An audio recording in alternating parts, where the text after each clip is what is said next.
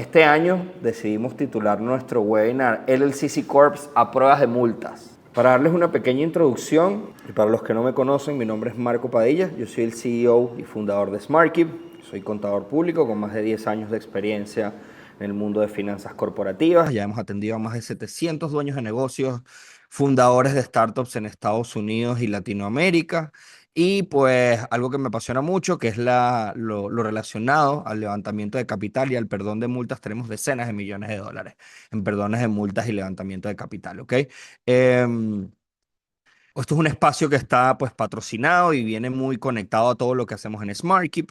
Ya nosotros tenemos en este momento más de 800 clientes activos y ofrecemos acompañamiento financiero para dueños de negocios y fundadores de startups en los Estados Unidos. ¿A qué me refiero con acompañamiento financiero? Es todo desde la constitución o como nosotros lo llamamos business formation hasta sus declaraciones de impuestos, levantamiento de capital, contabilidad, bookkeeping, servicios administrativos. Y algo que si están atentos a mis redes y a las de SmartKeep, que van a estar viendo, pues que SmartKeep se está transformando en una compañía AI First y queremos que todos nuestros clientes se, se involucren en todo lo que es implementación y automatización del departamento de finanzas, pero sin más preámbulo, pues vamos a arrancar. Ya hay una cantidad importante de personas conectadas. ¿De qué vamos a estar hablando en este webinar? Vamos a empezar un poco de cómo se ve el calendario de impuestos y vamos a hablar de cada uno de los tipos de impuestos y todas las fechas importantes, ¿no? Algo que nos encanta decir a nosotros en SmartKeep es que entender el sistema y cómo funciona es la clave, ¿ok? Porque no todos los tipos de impuestos son iguales, no todas las fechas aplican para todos, no todos tienen la posibilidad de ser extendidos, ¿ok? Así que yo acá les voy a explicar, les voy a dar los tips, les voy a dar los trucos, ¿ok? Por acá, este es nuestro calendario de impuestos para este año fiscal 2026. Recuerden que el año fiscal pues va desde el 1 de enero al 31 de diciembre y como les comentaba, el tax season o la temporada de impuestos ya inició este lunes 26 de enero. Lo que marca el inicio de la temporada de impuestos es que el IRS o el IRS, que es el servicio de impuestos o el ente regulatorio a nivel federal, empieza a aceptar declaraciones de impuestos, ¿ok? Entonces ya comenzaron a aceptar declaraciones a partir de este lunes y esto es un poco de cómo se ve el calendario de impuestos. Vamos a repasar todos los detalles y una de las sorpresas que les vamos a estar dejando es que a todas las personas inscritas en el webinar les vamos a hacer llegar este calendario, ¿ok? Así que no se preocupen tanto por las anotaciones, toda esta información la van a recibir en sus correos y con lo que sí quiero que estén muy activos y muy atentos es con las preguntas, dudas y comentarios los pueden ir dejando en el chat que al final del espacio las vamos a estar atendiendo, ¿ok? Entonces, como les comentaba, ya este 26 de enero comenzó la temporada de impuestos y como bien vieron en el calendario, el primer deadline o la primera fecha límite es en relación a la emisión de formularios de TIR 1099 y W2, ¿no? Una de las cosas que siempre repasamos con los clientes es, bueno, quién aplica a qué tipo de formularios. Lo importante es que los formularios de tipo 1099 son una serie de formularios, ¿no? Que aplican para distintos pagos. Pero una regla bastante básica es que cualquier pago a contratista por concepto de servicio por encima de $600 debe ser reportado. Este es como vamos a decir, el punto límite donde siempre nos debemos hacer la pregunta de si es necesario emitir un formulario de tipo 1099, ¿no?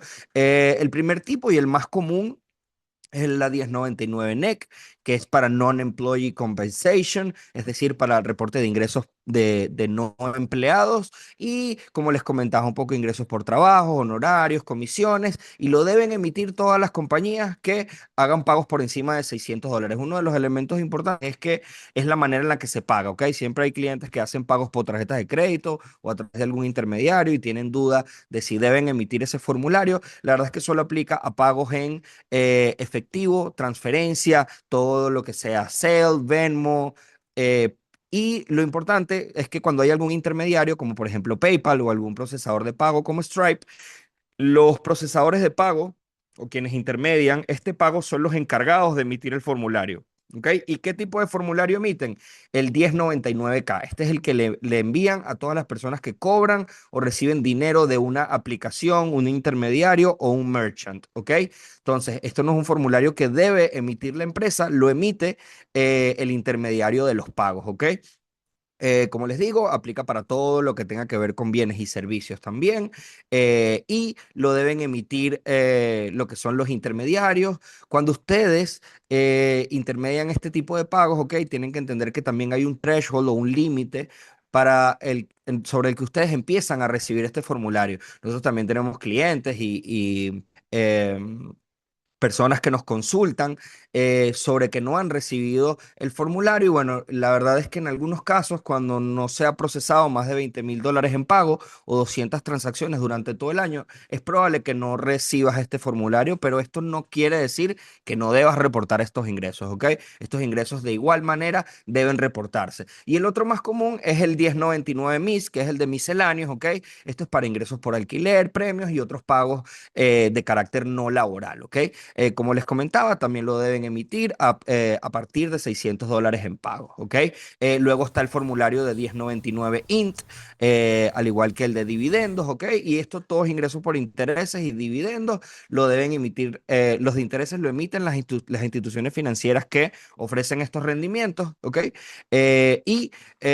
Como les comentaba, esto es para que las personas que reciben el formulario lo incluyan en su declaración de impuestos, ¿ok? Como obviamente nos enfocamos más en clientes internacionales, igual les voy a explicar el formulario de tipo W2, pero es el que se denomina como de payroll o pago de salario. Esto es para empleados con calidad de dependencia, en donde su empleador o la plataforma a través de la cual se le paga, les paga su empleador, pues emite este formulario de tipo W2, ¿ok? Lo importante es que cuando ustedes reciban, bueno, primero es entender cuándo deben emitir ustedes un formulario de tipo 1099 y si lo reciben, entender que deben reportarlo en su declaración de impuestos individual, ¿ok? Entonces, ahora vamos con el siguiente tipo de impuestos, ¿no? Y son los más, este es el impuesto masivo, este es sobre el que todas las empresas deben cumplir, es del que se encarga la regulación federal. Cuando ustedes tramitan un número de identificación de impuestos, bien sea individual como un Social Security o un ITIN number, y en el caso de las empresas, un EIN, ustedes deben reportar su declaración de impuestos sobre la renta, ¿ok? Esto es una pequeña guía, ¿ok? Sobre cómo aplican y cuál es el tipo de flexibilidad que existen. Aquí van a ver los formularios, pero lo más importante, de donde me gusta a mí siempre comenzar, es en los tipos de empresas. Hay dos tipos grandes de empresas. Están las LLCs, que significa Limited Liability Company, y están las Corps o Inc., ¿ok? Estas son las corporaciones. ¿Qué es lo importante? Y algo que a mí siempre me gusta hacer énfasis es que existe una diferencia entre el tipo de empresa y el estatus de impuestos, ¿ok? Acá, como pueden ver, las líneas punteadas son los estatus a los que puede aplicar cada una de los tipos de empresa, ¿ok? Entonces yo puedo tener un LLC, pero elegir ser tratado como una corporación de tipo C. Mi compañía va a seguir siendo una LLC, pero presenta impuestos como una corporación de tipo C, una de tipo S. Si hay varios miembros en un LLC, puede ser un partnership. Y si estoy yo solo, es lo que denominamos un sole prop, ¿ok? Una LLC de un solo miembro en la que la declaración de impuestos de la LLC forma parte de la declaración de impuestos a nivel individual, ¿ok? Para los que ya tienen una compañía, los que han presentado impuestos, pues estarán familiarizados con los tipos de formularios, como les comentaba, la 1040, que es para LLCs de un solo miembro, también tiene una variación que es la 1040NR o la de no residentes, ¿ok? Entonces puedes presentar una 1040 si tienes residencia fiscal dentro de los Estados Unidos o una 1040 NR si eres no residente. Ok, para varios miembros está el partnership con la 1065. Lo importante del partnership es que sepan que cuando ya una LLC tiene más de un miembro, automáticamente se transforma en un partnership y tienen una característica muy importante que es que se denominan pass-through entities o entidades de paso. ¿Qué es lo que quiere decir? Bueno, que las LLC no pagan impuestos a nivel federal, sino que lo pagan sus miembros o sus socios en la proporción en la que participan, ¿ok? Entonces es muy importante que si tienen una LLC, probablemente no solamente tengan que presentar la declaración de impuestos corporativa, sino que también tengan que presentar una declaración de impuestos a nivel individual. Y luego tenemos la corporación, ¿ok? Que quizás no es el tipo de entidad más flexible, es un poco más compleja y puede presentar impuestos solo de dos maneras, ¿ok? Su 1120S o su S Corp o corporación de tipo S, que esta lo que hace, a mí me gusta llamarlo que es lo mejor de dos mundos, ¿no? ¿Por qué? Porque este es el estatus al que aplican los miembros que son residentes dentro de los Estados Unidos y deciden o necesitan recibir pagos de salarios, ¿ok? Entonces, pueden recibir pagos de salario y pueden recibir distribuciones al igual que una LLC. Y luego está la corporación de tipo C, en donde las obligaciones solo se mantienen a nivel corporativo, se paga la tasa de impuestos corporativa que es del 21%, y emite dividendos a sus miembros. También puede pagarle salarios a sus directivos, ¿ok? Pero este es súper importante, este es el estatus que utilizan todas las compañías que son públicas en la bolsa, es el estatus de impuestos recomendado para todas las startups y empresas de tecnología porque no le genera obligaciones a quienes participan en el negocio o a sus accionistas, a no ser de que cobren dividendos o realicen alguna venta de esas acciones o de esa participación. Si alguno de ustedes tiene acciones en Wall Street, en la Bolsa de Valores de Nueva York, este es una participación de una corporación de tipo C, ¿ok? Entonces ahora vamos con el siguiente tipo de impuestos y uno también bastante importante. Y aquí me gusta hacer un inciso de algo que vemos con demasiada frecuencia. Les sorprendería la cantidad de clientes que cuando le preguntamos en qué punto están con sus obligaciones o con el cumplimiento de su LLC o Corp, nos dicen que tienen todos los impuestos pagos, que de eso se encargó su Register Agent. Y recuerden que el Register Agent es quien los va a representar a nivel estatal para temas de debido proceso y es un requisito para poder registrar una compañía en los Estados Unidos, pero omiten el pago del impuesto sobre la renta o del income tax, ¿ok? Es muy común, eso ocurre con demasiada frecuencia y lo que deben entender acá o la manera en la que a mí me gusta explicarlo es que el cumplimiento funciona a dos niveles, el nivel federal, que fue el que yo ya les expliqué, y luego está a nivel estatal o las obligaciones estatales, ¿ok? Eh, la obligación principal y la que tienen todas las compañías es en relación al annual report o el franchise tax. Y esto no es más que la tasa que deben pagar por gozar de los beneficios de hacer negocios en ese estado. Yo por acá les dejo nuestro top 4, es en donde SmartKeep tenemos más clientes, son los estados en los que más nos gusta registrar compañías. Florida, porque es en donde están nuestras oficinas principales, donde gestionamos a la mayoría de nuestros clientes, donde todos nuestros founders o dueños de negocios en la TAM pueden llegar a la ciudad de Miami con bastante facilidad, ¿ok? Una de las características más importantes en el estado de la Florida es que no se pagan impuestos corporativos ni income tax estatal, a no ser de que tengas más de $50,000 en ganancia y está denominada como paraíso fiscal. A nivel individual. Quiere decir que los individuos no deben pagar impuestos sobre la renta personal, ¿ok? Luego tenemos Delaware, este es nuestro segundo estado más conocido o el que más recomendamos y este se ha vuelto no solamente el go-to, es el estándar en la industria de la tecnología, ¿ok? Siempre nos preguntan por qué, o se habla mucho de los negocios online que se gestionan desde Delaware, ¿ok? Y la razón que existe detrás de eso es que Delaware tiene las cortes corporativas mejor preparadas para gestionar conflictos, gestionar disputas entre inversionistas, entre empleados. Las empresas que tienen headquarters o que están registradas principalmente en Delaware, pero no operan en Delaware tampoco, deben pagar impuestos sobre la renta estatal, ¿ok? Quiero que sepan que a nivel de pago otra de las cosas importantes, en algunos estados se llama annual report, en otros se llama franchise tax, ¿ok? En el caso de Delaware, se llama franchise tax, no es de los más económicos, su fee no es el más barato, pero como les digo, gozas de este beneficio primero de la privacidad, ¿ok? Que eso es otro, los registros no son públicos, no puedes tener acceso a quiénes son los miembros de las organizaciones, solo información general de la compañía. Y es bastante similar a Wyoming, ¿ok? Wyoming también tiene el beneficio de la privacidad. Es un estado que nos gusta muchísimo porque sus costos son bajos y es lo que siempre recomendamos para generadores de contenido, personas que ofrecen servicios en línea, ¿ok? Esto es como una variación de lo que le recomendamos a las startups, ¿ok? Y Texas, al igual, bueno, Texas por encima de California.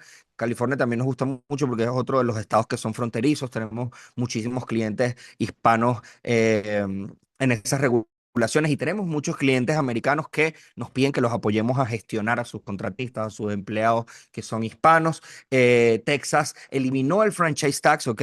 No hay obligación de reporte, no hay pago de fee, una cosa que nos gusta mucho, pero una de las cosas no tan divertidas de Texas es que el trámite de los números de identificación y a su servicio online a veces es un poquito engorroso porque te deben asignar un código en el departamento de Estado, pero es un estado que es bastante económico y lo recomendamos y lo trabajamos con muchos clientes, ¿ok? ¿Cuándo se deben pagar estas renovaciones? Bueno, lo importante es que deben saber es que cada estado tiene sus precios, cada estado tiene su dinámica de reporte y cada estado tiene su fecha, ¿ok? Entonces, dependiendo de donde hayan constituido su compañía, deben buscar, deben revisar, deben saber cuándo es su obligación de annual report of franchise tax, ¿ok? En el estado de la Florida es el 1 de mayo, en Delaware para corporaciones es el 2 de marzo, para LLCs es el 1 de junio. Una de las cosas características de Wyoming es que es por aniversario, es decir, si yo constituí mi empresa el 29 de enero, quiere decir que mi annual report va a ser en el 29 de enero del año siguiente, ¿ok? Y en Texas, que no es obligatorio, pero pueden reportar, es el 15 de mayo, ¿ok? Otra de las cosas muy importantes que se los mencionaba en, en las láminas anteriores es que no todas las obligaciones tienen la posibilidad de extenderse, ¿ok? Lo que sí le podemos decir es que si necesitan apoyo con las extensiones, nosotros en SmartKeep las extensiones las hacemos totalmente gratis para nuestros clientes y que en el caso del income tax o del impuesto sobre la renta, tienen la posibilidad de extenderla por 6 meses, ¿ok? La fecha de presentación, aquí es súper importante porque es la fecha de presentación y no de pago. Quiero que sepan que igual van a tener cierto nivel de multa y probablemente les apliquen intereses en caso de que tengan un monto adeudado, pero la penalidad, o vamos a decir, sí, la penalidad más fuerte es en relación a la presentación, ¿ok? Nunca deben dejar de presentar porque ahí es en donde el IRS se afinca más y los departamentos de Estado, ¿ok? Entonces, como les comenté, la primera fecha límite es el 16 de marzo. Tomen en cuenta que cuando alguna obligación cae lo que no es un business day o un día laborable, la fecha límite se extiende para el siguiente día laborable, entonces está siendo el 15 de marzo, queda para el 16 de marzo y es cuando deben presentar las S-Corps, las corporaciones de tipo S y las LLC de varios miembros o el partnership. Tomen en cuenta que la primera fecha límite de presentación también es la fecha límite para presentar la extensión, ¿ok? Luego viene el 15 de abril, que es para eh, impuestos personales o para individuos y de C Corps, ¿ok? Y luego vienen las fechas límite extendidas que son 15 de septiembre y 15 de octubre. Otra de las cosas que ocurre es que para todo lo relacionado al Self-Employment Tax y para los pass-through entities, luego de que ustedes pagan impuestos, tienen que pagan un monto de impuestos en un periodo, tienen la obligación de hacer los pagos estimados, ¿ok? Si no han hecho sus pagos estimados no hay ningún problema, pero tomen en cuenta que hay un cobro de penalidad y de intereses, ¿ok? Y los pagos estimados son en relación a cada uno de los trimestres y tienen hasta los siguientes 15 días luego de que termine el trimestre, ¿ok? Entonces es de enero a marzo, tienen hasta el 15 de abril para presentar la declaración estimada y hacer los pagos, ¿ok? Entonces, acá les vamos a dar unas muy buenas recomendaciones de cómo tener una temporada de impuestos, cómo tener un tax season libre de estrés, ¿ok? Esto es súper importante. nosotros siempre le recomendamos a nuestros clientes que dejen sus impuestos en manos de expertos y que se dediquen a su negocio, ¿ok? Les sorprendería la cantidad de clientes que siguen con tienen ese tema crónico de obligaciones acumuladas, etcétera, y nunca se hacen cargo, y esto lo que hace es generar estrés y estrés y estrés, cuando es más sencillo, pues, hacer frente a las obligaciones y entender que siempre que registren una compañía, que tramiten un número de identificación de impuestos, esto no solamente viene con los beneficios, también viene con la obligación de reportar, ¿ok? Entonces, lo primero que nosotros le recomendamos a todos nuestros clientes y sobre todo para sus empresas es que mantengan sus registros contables organizados en un software, ¿ok? Cuando hablamos de un software o plataforma, puede ser algo tan sencillo como Excel o un sistema. A veces hablo de sistemas muy rudimentarios. Si a ustedes les gusta anotar todas sus entradas, salidas, sus ingresos, sus costos y sus gastos en una libreta, no hay ningún problema. Lo importante es que tengan un sistema en el que lleven los registros y pues obviamente les recomendamos que utilicen software como QuickBooks. Esto es un estándar en la industria. Nosotros somos Pro Advisors y como les digo, algo que nos encanta hacer en SmartKeep es automatizar las finanzas de nuestros clientes para que no pierdan tiempo haciendo contabilidad, sino que se puedan enfocar en su negocio, ¿ok? Em, lo segundo que siempre recomendamos, y ahí pues voy a retomar un poco de lo que vimos en las láminas anteriores, ¿ok? Es que revisen periódicamente su estructura corporativa y su estructura fiscal o su estrategia de impuestos. ¿Por qué? Porque yo muy bien puedo empezar con una LLC reportando como un sole prop, o es decir, reportando los resultados de la LLC dentro de mi declaración de impuestos personal, pero a medida de que mi negocio crezca, a medida de que mi empresa vaya facturando más, que contrate empleados, de que quizás reciba inversión, tenga nuevos socios, esto puede cambiar, ¿ok? Entonces, es importante que constantemente estén revisando su estructura, su estrategia de impuestos y se aseguren de que la manera en la que están presentando y lo que tienen como estrategia sigue siendo lo más adecuado para ustedes como individuos, para su empresa y para su negocio, ¿ok? ¿Cuál es otra de nuestras recomendaciones? Y súper importantes, bueno, las buenas prácticas bancarias y de cumplimiento, ¿ok? Por ahí vamos a estar haciendo una actividad pronto con uno de nuestros oficiales de cumplimiento, donde les vamos a estar dando muchos tips. Si no nos siguen todavía en nuestras redes, háganlo, pero les sorprendería la cantidad de clientes latinoamericanos que nos llegan con cuentas cerradas, que luego esto les genera una limitación operativa y la razón o el motivo por el que esto ocurre es porque no hacen buenas prácticas bancarias, no hay cumplimiento, no hay KYC, Know Your Customer. Entonces es súper importante que le den un buen seguimiento a esto, ¿ok? Si ustedes están ofreciendo servicios, sepan muy bien quién es cada uno de sus clientes, tengan toda la documentación que respalde lo que hacen a nivel bancario. También lo pueden referir en la dirección de SmartKeep, pero recuerden que las cuentas bancarias, poder cobrar en dólares, es su primer y más importante activo, ¿ok? Eh, Otra de las cosas que hacemos con nuestros clientes no solamente es apoyarlos en sus rondas de financiamiento, sino también apoyarlos en operaciones crediticias. Entonces, una buena relación con el banco puede ser la herramienta o puede ser la pieza que necesitan para que su empresa continúe creciendo. ¿Ok? Si han tenido problemas, aunque sea viajando a los Estados Unidos para abrir su cuenta bancaria, nosotros tenemos alianzas con muchas entidades bancarias que se ajustan a las necesidades de cada uno de nuestros clientes, se ajustan a el hecho de que tengan o no tengan visa. De verdad que somos muy flexibles y tenemos muchas opciones con eso. Así que si tienen algún tipo de problema con su cuenta bancaria, pues consúltenlo con nuestro equipo. Como les comentamos, Carlos Vieira, uno de nuestros ejecutivos de negocios, va a conectarse al final de la actividad y los va a apoyar con cualquier duda que tengan y les va a hablar de toda la oferta de SmartKeep, ¿ok? Finalmente, y una de las recomendaciones también más importantes, como les comentaba, es que todos los temas de cumplimiento siempre deben utilizarlo a su favor, ¿ok? El sistema a su favor.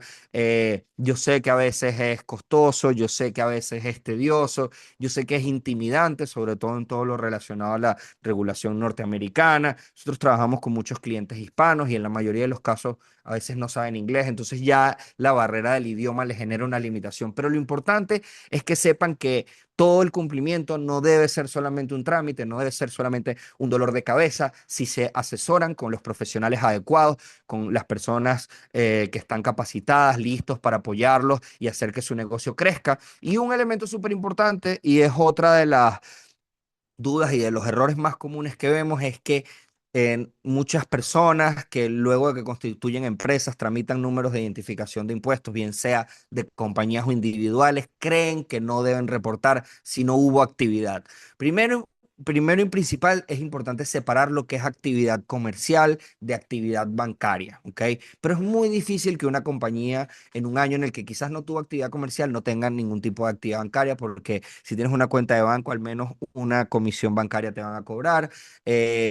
Solo el hecho de constituir una empresa y haber invertido en una empresa como Smarky para que te acompañe durante todo el proceso y haga la gestión, eso es una transacción, eso es un gasto preoperativo que no solamente debes aprovechar en tus próximas declaraciones de impuestos, sino que también debes reportar, ¿ok? Porque para poder aprovechar un gasto, que como les comentaba, todos los gastos deben estar debidamente soportados en un sistema. El IRS es muy flexible sobre cómo deben llevar los registros. Nosotros recomendamos QuickBooks, pero sepan que para poder aprovechar una deducción o un gasto que quieran deducir, este debe estar debidamente respaldado, ¿ok? Entonces, como les decía, no solamente se trata de pagar impuestos, se trata de entender el sistema, utilizarlo a tu favor y obviamente prevenir errores, porque los errores le van a generar multas, penalidades y para mí lo peor es que les genere una preocupación que les impida hacerse cargo y que les impida seguir creciendo con su negocio, ¿ok? Eh, por favor, recuerden dejar sus dudas y preguntas. Ahorita vamos a estar revisando algunas y luego vamos a avanzar al sorteo. Recuerden que vamos a estar sorteando dos declaraciones corporativas, ¿ok? Y que vamos a estar haciendo un espacio de asesorías personalizadas para quien lo desee al final de la actividad, ¿ok? Así que con su permiso, yo por acá voy a pausar para ver cuáles son las preguntas que les voy a estar respondiendo. Denme por aquí un vemos, segundo. Irma nos pregunta si tramitamos ITIN numbers, Individual Tax Identification Numbers. Irma, por supuesto. Lo único que debes tomar en cuenta es que para poder tramitar un ITIN necesitas tener una obligación tributaria primero, ¿ok? O una LLC, ¿ok? No se puede tramitar un ITIN solo porque queremos. Esto es un número de identificación de impuestos para personas que tengan necesidades u obligaciones tributarias y no apliquen para un Social Security Number, ¿ok? Irma, vamos a aprovechar que Irma también tiene otra pregunta, ¿ok? Vamos a ver la siguiente pregunta. Irma, hace poco abrí una LLC con mi amiga, tenemos muchas inquietudes porque soy venezolana y en Venezuela no sé cómo recibir pagos de la LLC, ¿ok? Irma, bueno, va a depender un poco de dónde están tus clientes, del tipo de actividad y del uso que le estés dando a la LLC, ¿ok? De igual manera, para revisar todos los detalles, te van a estar contactando de mi equipo para que aproveches esa asesoría gratis, ¿ok? Por acá Diego Vega me pregunta, ¿puedo tener una S-Corp si no resido en Estados Unidos? ¿Se puede cambio una S-Corp ya creada a una LLC? Diego, no. No es que no se pueda, es que no se debe, ¿ok? Porque la razón principal por la que se constituye una corporación de tipo S es para aprovechar el beneficio de cobrar salarios y distribuciones al mismo tiempo, ¿ok? Si es posible revertir el estatus, habría que revisar muy a detalle. Yo en algunos casos un segundo cambio de estatus, porque tomen en cuenta, el S-Corp no es un estatus con el que tú ya creas la empresa o solicitas tu estatus de impuesto. Tú primero creas una LLC y luego la transformas en un S-Corp. Y yo no recomiendo un segundo cambio de estatus de impuesto, Diego. Pero como te comento, con mucho gusto podemos revisar a detalle tu caso y apoyarte en SmartKeep, ¿ok? Por acá Elias nos dice, la empresa donde trabajo es Inc. Y fiscalmente una C Corp. Estamos con método cash basis para el cálculo fiscal. Mira, aquí hay un punto importante y gracias, Elías, por mencionarlo. Eh, Hay dos métodos contables o dos métodos sobre los cuales pueden llevar sus registros, ¿ok? Para todas las personas que nos escuchan desde Latinoamérica, el primer método es accrual basis, que es el método de la causación y quiere decir que los ingresos y los gastos se generan al momento en el que ocurren y no cuando se pagan. Y el otro método es cash basis o método de efectivo, que es que todos los gastos costos o ingresos se generan al momento en el que se pagan, que los recibo en cuenta o el que recibo el efectivo, ¿ok? Em, ¿Qué tan traumático es cambiar de un método a otro? Nos pregunta Elías. Mira, Elías, no solamente lo traumático, es que eso genera riesgo de auditoría, ¿ok? Nosotros no recomendamos cambios de método. De hecho, parte importante del proceso de asesorías que hacemos en SmartKeep es que revisamos muy bien cómo se proyectan las necesidades del cliente para escoger el método más apropiado antes de hacer la primera declaración de impuestos. Sin embargo, podemos evaluar, revisar los detalles, entender por qué quisieran cambiar de método y en caso de que así lo deseen, pues acompañarlos en el proceso, ¿ok? Por acá, Jos nos dice que tiene una agencia de marketing, recibe pagos por Stripe. eh, lo envía a su banco, lo envía a su banco en Panamá, LLC NR solo. Esto es un caso hipotético, ya que crearé mi LLC. Ok, qué ocurre con Stripe? Porque creo que hay otra duda acá con respecto al tema de Stripe, ¿no? Em, ¿Cuál es la duda frecuente con respecto a Stripe? Eh, Recuerdan que conversamos al principio de la primera obligación de las 10.99. Luego de que ustedes procesan cierta cantidad de dinero en Stripe, Stripe reporta al IRS esos ingresos que ustedes generaron, ¿ok? Entonces, nos ocurre con muchos clientes que dicen, bueno, Marco, yo tengo mi agencia de marketing o no sé, o presto algún tipo de servicio y mis clientes están fuera de los Estados Unidos, pero en una cuenta de Stripe norteamericana, ese dinero de Stripe se debe reportar dentro de los Estados Unidos, se debe reportar en la declaración de income tax de la compañía. Que luego se deba pagar impuestos o no sobre esas ganancias, eso ya es otra discusión, ¿ok?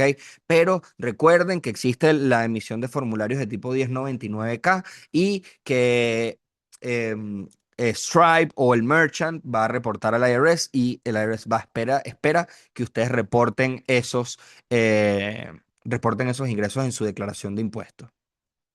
Vamos a seguir aquí. Oliver nos pregunta, tengo duda con qué es deducible y cómo se puede deducir si no tengo factura. Es obligatoria, supongo. Oliver, te explico. Para que un gasto pueda ser deducible, debe cumplir con dos condiciones, ¿no? La primera, y como se establece en el Código de Impuestos, es que cualquier gasto que sea ordinario y necesario para llevar a cabo tu negocio es perfectamente deducible. A diferencia de muchos países de Latinoamérica, a diferencia también de la regulación europea, las LLC, las Corps y el IRS es muy flexible con respecto a la naturaleza del gasto, que no es que hay unos gastos muy específicos tipificados, lo que sí es que tiene que cumplir con estas condiciones, recuerda, que sea ordinario y necesario para llevar a cabo tu negocio, ¿ok? Y lo segundo, y relacionado al recibo o la factura, em, el Código de Impuestos establece que cualquier gasto por encima de $25 debe tener algún tipo de soporte, ¿ok? Yo me atrevería a decir que existe cierto nivel de flexibilidad porque la transacción bancaria como tal, el recibo que te pudo haber dejado el pago con la tarjeta, eso es algo que puede rastrearse, se le puede hacer seguimiento con respecto a cuál fue el gasto, ¿ok? Entonces, te diría que hay cierto nivel de flexibilidad, pero te puedo poner un ejemplo práctico si me dice, bueno, Marco, es que hice un pago en efectivo, no tengo recibo ni factura. Ahí no hay ningún tipo de seguimiento de esa transacción, entonces cabe la posibilidad de que ese gasto no sea deducible, ¿ok? Vamos a ver acá una última pregunta. Aquí hay una duda que me encantó de Estefanía, ¿ok? Es una duda que ocurre con bastante frecuencia en nuestros clientes. Estefanía nos pregunta que si los pagos que fueron a través de terceros, ¿ok? Y recuerden que cuando hablamos de pagos a través de terceros, nos referimos a un merchant, ¿ok? Nos referimos a un procesador de pago, una aplicación, una plataforma. Puede ser Uber, puede ser Lyft, puede ser PayPal, pero no es Venmo, ni Cash App, ni Zelle, ¿ok? Aquí es súper importante, Estefanía. Depende del tipo de intermediario, ¿ok? Cuando es tarjeta de crédito, 100% no. ¿Ok? 100% no. ¿Por qué? Porque quien procesó la tarjeta de crédito tiene la obligación de emitir la 1099K. Pero, por ejemplo, aquí me mencionaste Venmo y algo que también utilizan con mucha frecuencia nuestros clientes es Zelle, ¿ok? Y en Venmo y en Zelle es un débito directo donde las aplicaciones no cobran ningún tipo de comisión y por lo tanto, con esas aplicaciones sí tienes la obligación de reportar la 1099, ¿ok? Recuerda que también debe ser un pago de servicio y que también debe ser un pago por encima de $600. Ok, aquí vamos con otra pregunta, Estefanía. Muchas gracias por tu pregunta. Vamos a Irma. Irma nos ha dejado muy buenas preguntas, ¿ok? Los gastos, sí, los gastos preoperativos, no te preocupes. Antes de encontrar, antes, vamos a decir, los gastos preoperativos, antes de tener el EIN, ya habían hecho gastos con la LLC. Mira, Irma, entre los gastos preoperativos o lo que se denomina Startup Cost dentro de los Estados Unidos, puede estar incluido hasta una cena, una reunión, todo lo que fue necesario para ustedes formular el negocio, idear negocio. No son solamente los gastos de registro, es cualquier cosa que haya sido necesaria. Si tuviste que viajar, si tuviste que, como te digo, tuviste que ir a comer con, o sea, fuiste a comer con tu socio, todo eso. No solamente debe estar incluido en la contabilidad, aunque no se haya pagado desde la cuenta bancaria de la compañía, que eso es otra de las dudas. Los clientes siempre nos dicen, Marco, yo no tengo vamos a decir, no, no, la compañía no tenía cuenta, entonces yo no pude hacer los pagos de la cuenta de la compañía, no pasa nada. ¿Ok? Nosotros podemos utilizar los soportes de las cuentas personales de los miembros o de los socios, de cualquier persona que hizo gastos en nombre de la sociedad, podemos incluirlos como los gastos preoperativos. Y lo otro que deben tomar en cuenta es que los gastos preoperativos o los startup costs no se deducen completamente en el primer periodo, ¿ok? Se tienden a amortizar. Y una amortización no es más que es aprovechar el gasto en un periodo de tiempo, creo que son 10 años, ¿no? Donde se aprovechan los gastos preoperativos, ¿ok? Muchísimas gracias por tu pregunta, Irma. Muy buenas preguntas. Listo. Y bueno, ya con esta última pregunta vamos a ir cerrando.